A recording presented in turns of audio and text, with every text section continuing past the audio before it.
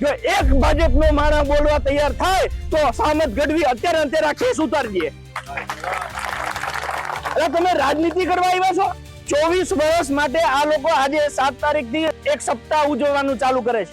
તમે રાજનીતિ ખરેખર કરી જાણ્યા હોય, લોકોના દિલમાં જગ્યા બનાવી હોય તો તમે 7 દિવસ ઉજવો।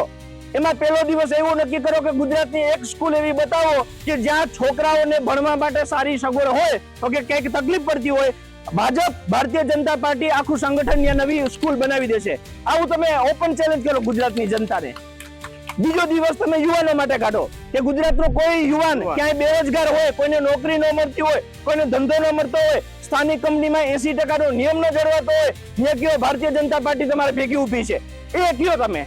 ત્રીજા દિવસે તમે હોસ્પિટલ માટે ફાળવો કે આખા ગુજરાતમાં કે સરકારી હોસ્પિટલમાં કોઈ પ્રકારની સુવિધા ન મળતી હોય તો અમને કયો। અમે અમારા જીવનના 24 વર્ષ આ રાજ્યમાં શાસન કર્યું છે, અહીંયા કોઈ તકલીફ ન હોવી જોઈએ। જો એક ભાજપનો માણસ બોલવા તૈયાર થાય તો સામત ગઢવી અત્યારે કેસ ઉતારજે।